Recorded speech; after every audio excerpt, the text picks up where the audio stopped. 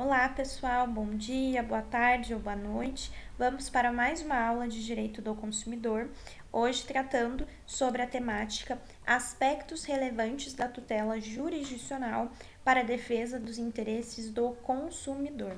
Já adianto para vocês que essa temática ela é muito legal, pois em Direito do Consumidor, como nós só temos um semestre, nós tratamos sobre muitas temáticas que são bem teóricas, reflexivas, ou então bem legalistas.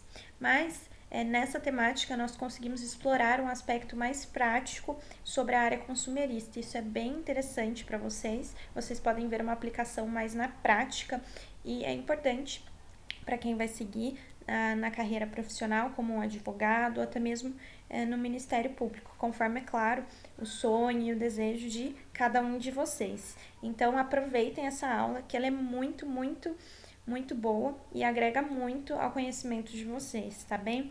Mas antes de adentrarmos nessa temática, eu vou aproveitar para comentar com vocês sobre o acordo que o PROCON realizou, com as instituições de ensino da educação básica, ensino fundamental e ensino médio, já que isso chegou a ser debatido na nossa última aula, quando abordamos as hipóteses de práticas abusivas, conforme o PROCON, divulgou em sua nota oficial, as instituições de ensino, elas devem aumentar o parcelamento dessa mensalidade ou então fornecer um desconto para o consumidor nessas mensalidades.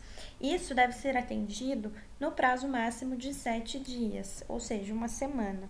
Se a instituição de ensino, ela se recusar a atender esse pedido do consumidor, isso configura uma prática abusiva. Então, isso é muito importante, é algo muito atual e que influi na nossa matéria, que foi discutida na semana passada. E na semana passada nem existia essa determinação e essa nota oficial. Então, para quem quiser anotar aí, essa também é uma hipótese de prática abusiva, caso as instituições de ensino elas se recusem a fazer uma renegociação sobre o contrato de ensino, conforme esse acordo que foi realizado junto ao PROCON de São Paulo. É um tema bem polêmico e que já surgiu muito burburinho sobre ele, Muitas pessoas estão preocupadas com o pagamento da escola, como está funcionando, então é algo bem interessante para vocês terem conhecimento. Pode até ajudar alguns alunos que possuem filhos em escolas ou que estão até mesmo fornecendo alguma ajuda para algum conhecido. Então, agora vamos adentrar na matéria de hoje. Bom, o que é importante em relação à tutela jurisdicional do consumidor?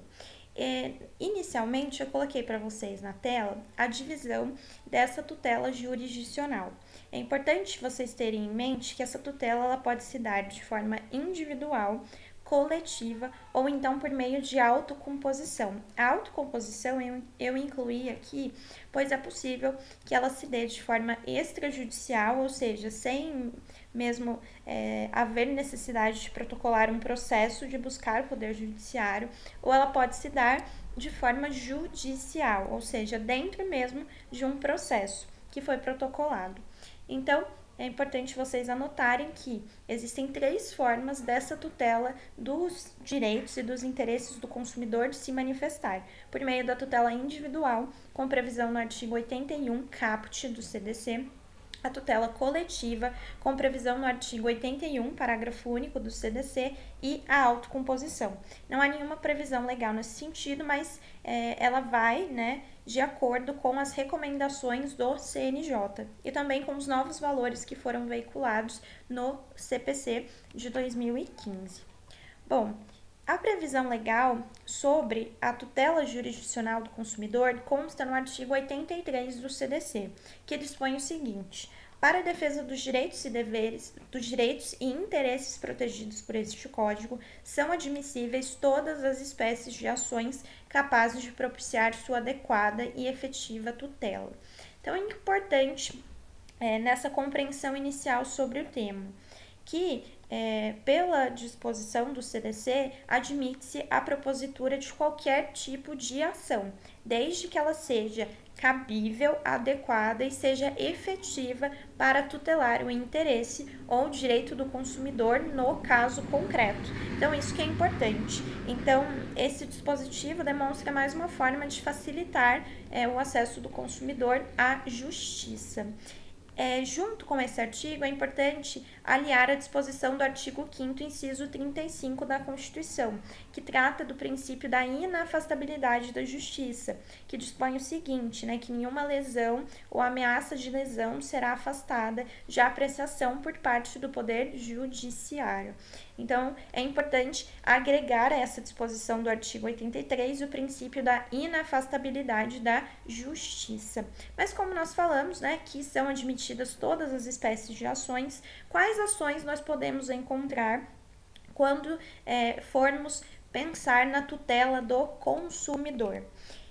Isso nós vamos ver na aula de hoje. Não vou dar essa resposta agora para vocês, mas nós vamos conversar sobre isso hoje mesmo. Antes de adentrar nesse mérito, a tutela jurisdicional do consumidor configura um direito básico deste, conforme previsão no artigo 6º, incisos 6 e 7. São direitos básicos do consumidor a efetiva prevenção e reparação de danos patrimoniais e morais, individuais, coletivos e difusos. Inciso 6. O acesso aos órgãos judiciários e administrativos com vistas à prevenção ou reparação de danos patrimoniais e morais, individuais, coletivos ou difusos, assegurada a proteção jurídica, administrativa e técnica aos necessitados. Nós podemos destacar na leitura desse artigo, desses incisos, no que tange aos danos. Como vocês podem ver, o CDC coloca a extensão desses danos que são abrangidos. Nós podemos citar os danos patrimoniais e morais. E também os danos que atingem de diferentes formas as pessoas e grupos. Os danos individuais são aqueles que atendem pessoas determináveis e que estão ligadas de alguma forma a uma situação ou algum fato comum. Já os danos coletivos são aqueles que afetam grupos ou categorias de pessoas, e que estão ligadas entre si, seja por uma situação de fato ou ainda por decorrência de lei ou de contrato. Um exemplo disso seria danos causados a uma certa categoria de trabalhadores, ou então danos causados a estudantes. Seriam exemplos de danos coletivos. E danos difusos são aqueles que atingem pessoas indeterminadas e que são ligadas por circunstâncias de fato. Exemplos são danos ao meio ambiente, uma propaganda enganosa ou abusiva, seria um exemplo de danos coletivos. Também no inciso 7, podemos destacar que a proteção ela possui 3 alcances: jurídica, administrativa e técnica. Agora, nós iremos analisar as ações que podem ser utilizadas para a tutela jurisdicional do consumidor. Listei para vocês no slide que são as ações de conhecimento, ações mandamentais, as ações coletivas, a tão famosa ação civil pública, habeas corpus ou habeas data e as execuções. Vamos primeiro analisar as ações de conhecimento. As ações de conhecimento são aquelas em que o indivíduo faz o protocolo daquela ação para provocar o Estado, ou seja, o Poder Judiciário, para que ele dê a ele uma providência jurisdicional conforme o que foi reclamado. Para que haja aprovação de alguma sentença ou de alguma decisão, nesse caso, será necessário um processo regular de conhecimento, ou seja, o juiz ele vai ter que ter acesso e conhecimento do conflito de interesses entre as partes para que ele possa proferir uma decisão com base na lei e também nas regras que são aplicáveis àquele caso em concreto. Essas ações de conhecimento, elas podem se dividir em 3, nas ações declaratórias, ações constitutivas e ações condenatórias. As ações declaratórias são aquelas que basicamente buscam uma declaração em relação a uma relação jurídica. Essa declaração pode ser de existência ou de inexistência. As ações constitutivas são aquelas que buscam, a verificação e a declaração de existência de condições, conforme a lei permite. Então, em consequência dessa ação constitutiva, é possível que haja a declaração, a criação, a modificação ou ainda a extinção de uma situação jurídica. E, por fim, as ações condenatórias são aquelas que buscam, ao final, além da declaração da existência de uma relação jurídica, também a aplicação de uma regra sancionadora, que culmine na condenação da parte contrária. Então, a ação de conhecimento atua nesse sentido. E ela se subdivide em 3, como nós acabamos de ver. A ação de conhecimento declaratória, constitutiva ou condenatória. Na sequência, temos a ação mandamental. É importante dizer que, conforme o entendimento da doutrina, a ação mandamental ela não significa uma nova espécie de ação, como a ação declaratória, constitutiva ou condenatória. Na verdade, ela estabelece a eficácia das categorias de ações de conhecimento que existem.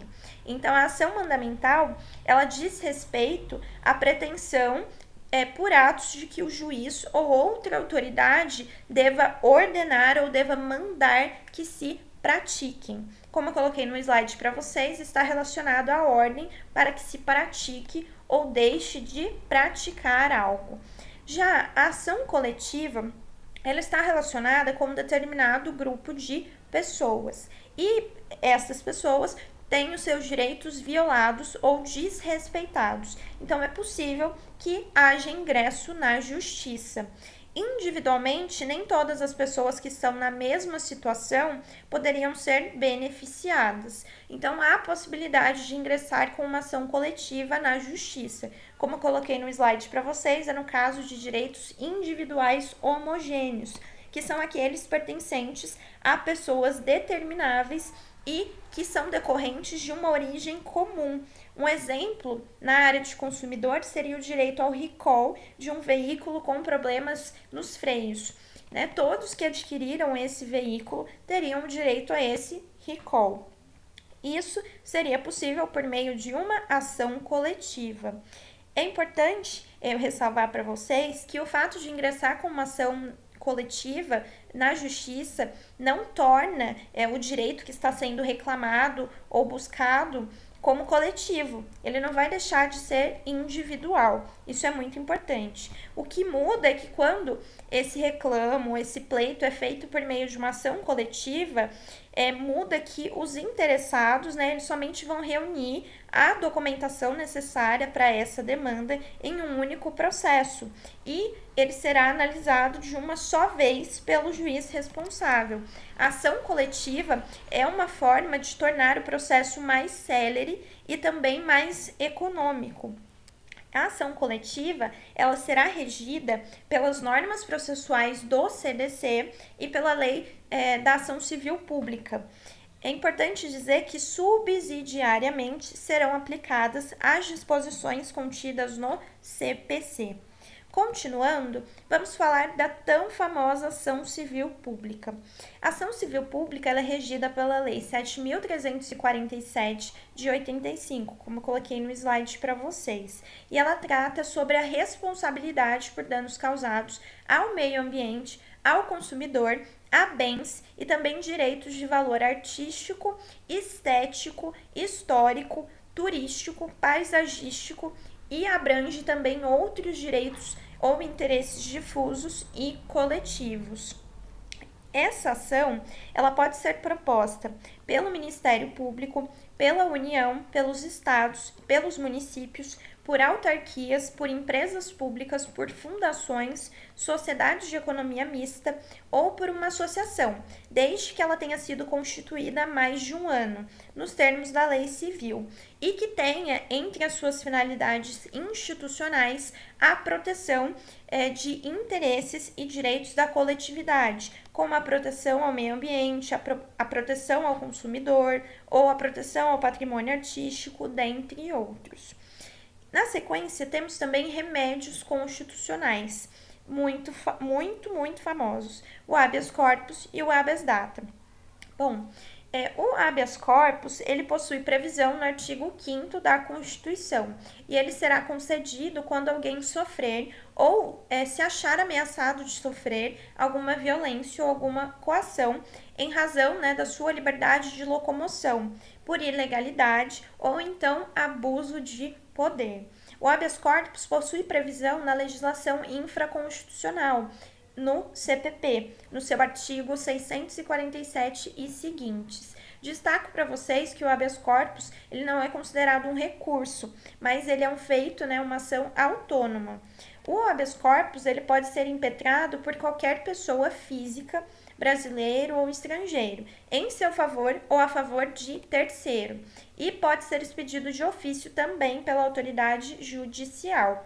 Ele possui duas modalidades, ele pode ser preventivo ou repressivo.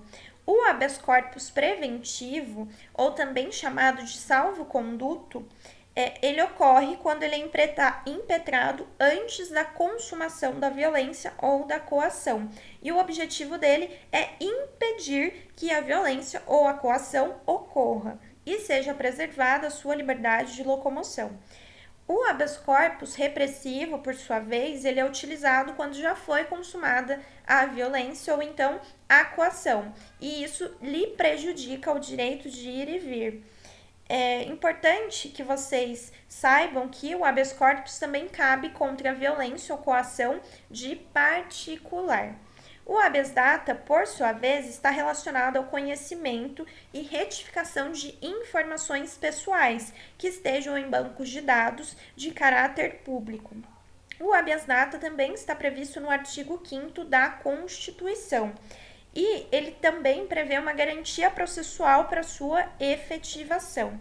Então, o habeas data será concedido em duas hipóteses: para assegurar o conhecimento de informações relativas à pessoa do impetrante, desde que constantes em banco de dados ou registros de entidades governamentais ou de caráter público, e a segunda hipótese para retificação de dados, quando não se prefira fazê-lo por meio de um processo sigiloso, de forma judicial ou administrativa.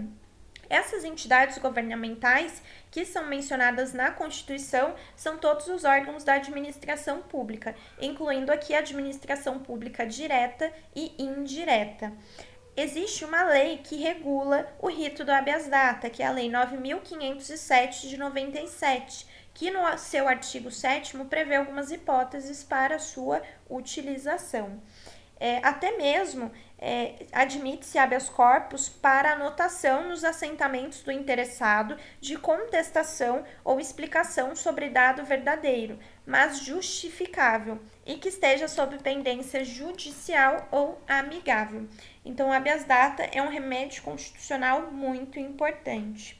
Temos, por fim, a execução, que não é muito segredo ou novidade para vocês, é utilizada pelo credor que possui um título executivo extrajudicial ou judicial, e ele precisa, né, que essa decisão, né, esse título seja efetivamente cumprido.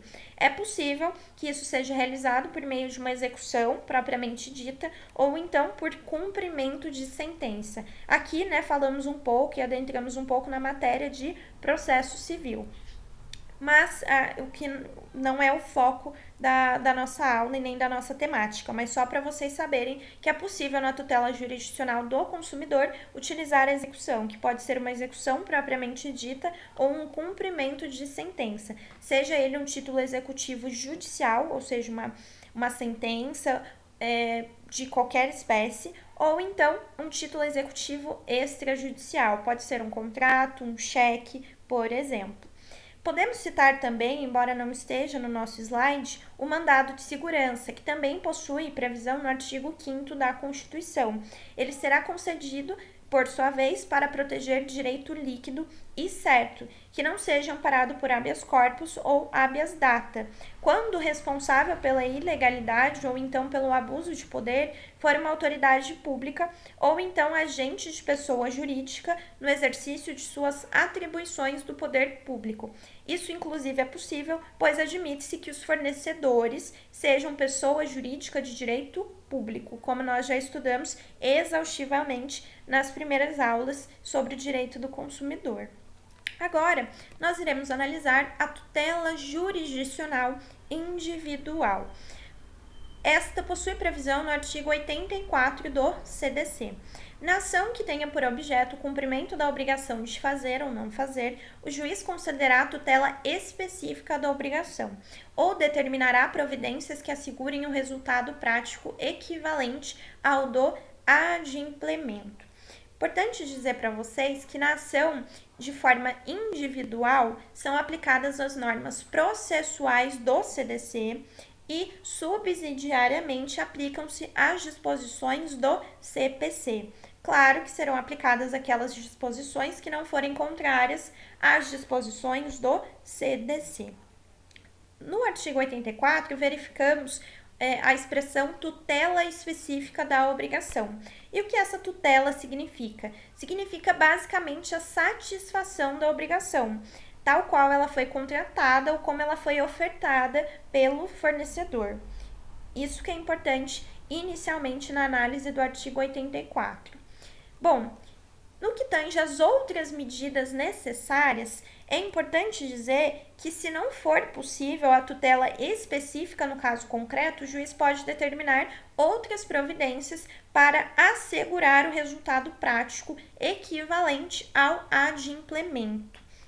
Para a tutela específica ou para a obtenção do resultado prático equivalente, o juiz pode determinar as medidas necessárias, tais como busca e apreensão, remoção de coisas e pessoas, desfazimento de obra, impedimento de atividade nociva e também requisição de força policial. Um exemplo, se a ação foi proposta para impedir que um determinado fornecedor veicule uma publicidade enganosa, que seria uma ação de obrigação de não fazer, e posteriormente for descoberto que a fita com aquele anúncio desapareceu ou então foi destruída por quem quer que seja, ou que até mesmo o próprio fornecedor ele está ocultando essa fita com o anúncio para evitar, a sua citação, a sua condenação, o juiz pode, para cumprir, o pleito que está sendo feito em juízo, intimar os veículos de comunicação de forma a proibi-los de veicular anúncio ou propaganda enganosa. Se eu não me engano, no material de apoio eu coloquei um exemplo para vocês nesse sentido. Agora nós iremos analisar a tutela liminar, no parágrafo 3º do artigo 84. Sendo relevante o fundamento da demanda e havendo justificado receio de ineficácia do provimento final, é lícito ao juiz conceder a tutela liminarmente ou após justificação prévia, citado o réu. Então, é possível que o juiz conceda a tutela liminar ou após a justificação prévia e também após a citação do réu, se estiverem presentes dois requisitos, como vocês puderam ver. O relevante fundamento da demanda, que pode ser assemelhado ao fumus boni iuris, que nós utilizamos no CPC, que seria aquilo que o autor narra nos autos, na sua petição inicial, e que é considerado e analisado como sendo plausível e também fundado em direito, que foi ou que ainda pode ser violado e que é comprovado de forma inicial. O segundo requisito é o justificado receio de ineficácia do procedimento final. Esse sentido de ineficácia está relacionado o de menos eficácia do que teria a decisão se ela não fosse concedida liminarmente. É importante que vocês anotem que, pelo dispositivo legal, para o juiz conceder a liminar, é preciso que estejam presentes cumulativamente ambos os requisitos. Não basta somente um, os dois têm que estar presentes. Um exemplo, que eu também acho que eu coloquei no material de apoio de vocês, é uma petição inicial em que o autor alega que o seu nome foi negativado junto aos órgãos de proteção ao crédito por uma dívida que já foi por ele devidamente quitada. E ele junta a essa petição inicial toda a documentação comprobatória, né, que acompanha e corrobora para o que está sendo alegado na inicial. E assim fica nítido e claro que a anotação ou o cadastro do seu nome junto aos órgãos de proteção ao crédito é indevida. Então, o fundamento da demanda, nesse caso, seria relevante e haveria, né, a comprovação também de ineficácia do provimento final. Afinal, se essa anotação ela é indevida, não tem por que ela continuar lá até o provimento final, em todo o desenrolar do processo. Destaco para vocês que nada impede que o juiz ele conceda liminar, em seguida ele ouça o réu e posteriormente, se houver uma mudança do cenário processual e fático, e examinando também outras provas, que o juiz revogue a liminar que ora foi concedida. Então, existe também essa possibilidade. Agora, iremos analisar a astrainte, que pode ser chamada de multa, né? São sinônimos, que possui previsão no parágrafo 4º. Bom, a astrainte ou a multa, ela pode ser fixada em sede liminar ou sentença. Vamos ver. O juiz poderá, na hipótese do parágrafo 3º ou na sentença, impor multa diária ao réu, independentemente de pedido do autor, se for suficiente ou compatível com a obrigação, fixando um prazo razoável para o cumprimento do preceito. Então, como vocês podem visualizar, o momento, né, que essa astrainte ou multa pode ser fixada é em fase liminar ou então em sentença. Importante também destacar com vocês que a fixação dessa multa diária independe de pedido do autor. O juiz pode fixar a astrainte ou a multa de ofício. No que tange a multa também, existe uma questão que é um pouco controversa em relação ao seu valor. Conforme o entendimento da doutrina, nenhuma multa, não importa a sua natureza, ela deve levar o infrator, ou seja, quem está sujeito a ela, à insolvência, e também não pode enriquecer de forma ilícita o credor. E ela também não pode ser fixada de maneira que seja mais importante que o objeto da ação principal que está em análise ou em trâmite. Então, esses são os limites no que tangem a questão do valor do quantum da multa ou da astrainte a ser determinado pelo juízo. É importante também que vocês levem em conta que a previsão de um prazo razoável para o cumprimento, seja de uma obrigação de fazer ou não fazer. Então, o juiz também deve se ater a isso no momento de fixar a astrainte ou a multa. O juiz, se o juiz puder tomar medida ou determinar ação direta ou indireta que seja capaz de substituir a parte devedora, seja na obrigação de fazer ou de não fazer, ele pode emitir uma ordem e essa questão ela será resolvida, sem necessidade de ser fixada multa ou astrainte. Um exemplo disso seria a determinação de retirada do nome dos órgãos de proteção ao crédito. Nesse caso, uma forma de resolver uma anotação indevida seria a determinação judicial de emissão de ofício ao órgão que anotou para obtenção do resultado requerido pela parte que foi indevidamente incluída nesse cadastro. Então, no que tange a astrainte e a multa, era isso que nós tínhamos para discutir. Agora, nós vamos analisar a possibilidade de conversão em perdas e danos. Parágrafo 1º. A conversão da obrigação em perdas e danos somente será admissível se por elas optar o autor ou se impossível a tutela específica ou obtenção do resultado prático correspondente. No que tange a essa conversão a perdas e danos, é importante dizer que o titular ele pode exercer uma prerrogativa, ou seja, ele tem uma opção. Ao invés de pedir o cumprimento de uma obrigação de fazer ou não fazer, ele pode pedir desde logo a apuração das suas perdas e de seus danos naquele caso concreto. A outra hipótese, também trazida pelo CDC, é que se o autor, ao ingressar com uma ação judicial, se ele prontamente não pedir a apuração das perdas e danos, o juiz ele pode determinar a apuração das perdas e danos se for impossível a tutela específica ou então a obtenção do resultado prático. No parágrafo 2º, verificamos que a indenização por perdas e danos se fará sem prejuízo da multa, nos termos do artigo 287 do Código de Processo Civil. Importante dizer para vocês que no CDC consta artigo 287, mas o CDC ele foi escrito, foi publicado, promulgado antes do CPC de 2015 e ele não foi alterado nesse sentido. Então é importante que vocês anotem que o artigo que está vigente hoje não é o artigo 287 que menciona nesse sentido, mas os artigos 325 a 328 do CPC. Isso é muito importante, pois o CPC antigo foi revogado, então esse artigo não está mais valendo. Então anotem, artigos 325 a 328 do CPC. Agora, no que tange a competência para tutela jurisdicional individual do consumidor, precisamos analisar o artigo 101, inciso 1 do CDC.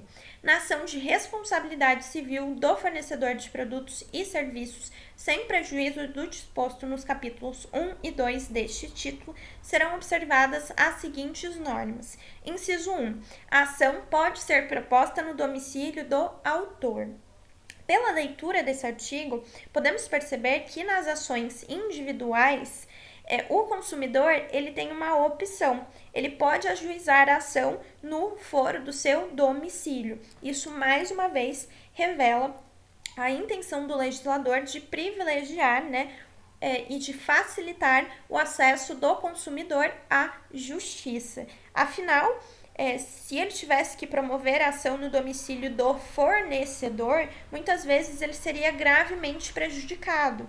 Hoje, como o comércio está facilitado, é possível comprar pela internet, utilizando o seu celular e de qualquer lugar do mundo, o consumidor ele poderia ser facilmente prejudicado.